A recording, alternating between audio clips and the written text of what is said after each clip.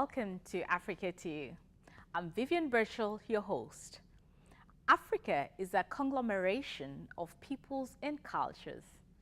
In this episode, I'm going to talk about the relationship between North African and Sub-Saharan African history and culture. A friend recently asked me, and I quote, Africa is commonly used in this country, United States, as if it were a country with a monolithic culture. Certainly, the culture along the Mediterranean coast is more Arabic than the rest of the continent, but to what degree are the cultures among the sub-Saharan countries common to them, and to what extent do they differ? This question has influenced this episode. In the Western world, specifically the United States, when the phrase of African descent is used, it means black or black African. That is the definition that works in this part of the world. I have never seen an Arab of African origin being referred to as African American, even when their ancestry is continental Africa. For purposes of today's episode, when I talk about North Africa, I'm referring to the people of the Maghreb and Sahara region. Historically, the indigenous people of North Africa before the Arab and Muslim conquests were Berber people. Many of these people adopted whichever language was spoken by their conquerors or trade partners. Due to the transportation barrier caused by the Sahara Desert, they interacted more with European and Arab traders who used the Mediterranean Sea as their trade routes and picked up their culture.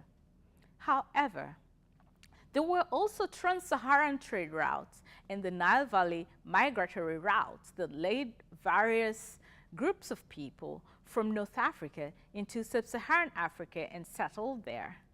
Culturally, as a result of the trans-Saharan trade, Berber merchants and nomads incorporated the land of the Sudan and other lands in sub-Saharan region into the Islamic world and culture.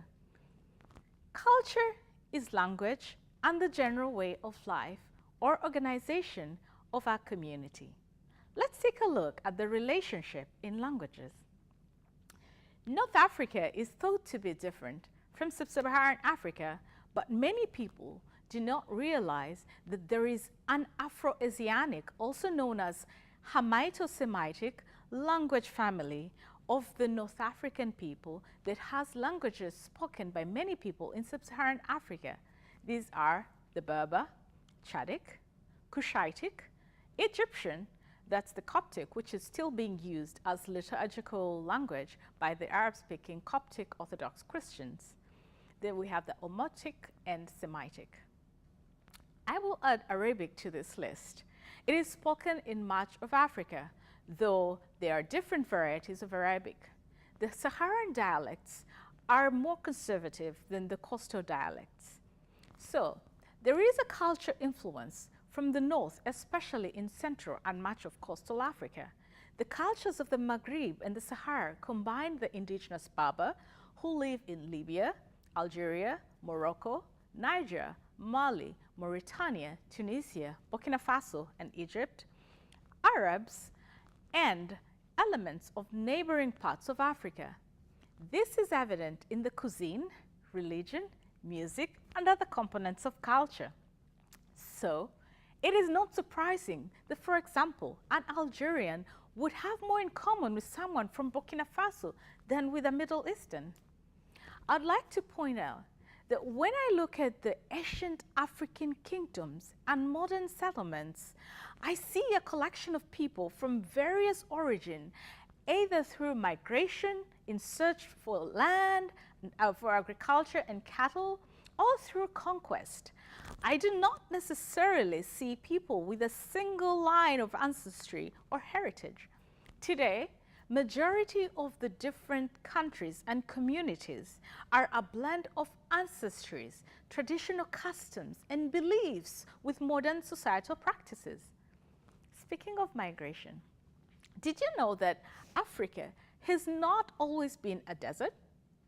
The region enjoyed tropical climate. And this desertification was an abrupt process sparked off by the movement of the tectonic plates that also created the Mediterranean Sea and the Alps. The emergence of the Sahara affected the plants and animals and led to the people in the region to migrate to the southern areas for their survival. Some settled along the Nile Valley, which had been the primary migratory route for early modern humans out of Central Africa and into Western Asia. And the continuous inhabitation along the riverbanks eventually grew to a large, influential civilization. Other cultural similarities between the North and Sub-Saharan Africa cultures include the tribal and clan systems and their agricultural and pastoralist economies. So, what is the difference between the North and Sub-Saharan African cultures? The difference is that most of the North African cultures has bigger and more conservative Arab influence compared to the Sub-Saharan Africa. So, as we have learned, there are points of cultural convergence between the North and Sub-Saharan Africa, despite their evident differences. The beauty of Africa is in the diversity of its cultures. Every country in Africa has its unique languages, cultural and religious diversity, but together as a continent, we share similar values, ways of life, and for some, ancestry. In the future episodes, we will look at in more detail at the Nilo-Saharan people who are indigenous to the Nile Valley and how their way of life as nomads is similar to the nomads of the Maghreb and Sahara region. Their language family includes 204 diverse languages spoken by 35 million people in the interior of North Africa, the Nile Basin, Central Sahara, and the Sub-Saharan Africa. I hope this episode has shed some light on the relationship between the cultures in two distinctive regions of Africa. Tune in for more about Africa on Acton TV or visit us at www.actontv.org and at www.facebook.com/africatv.acton. Thank you for watching. Till next time.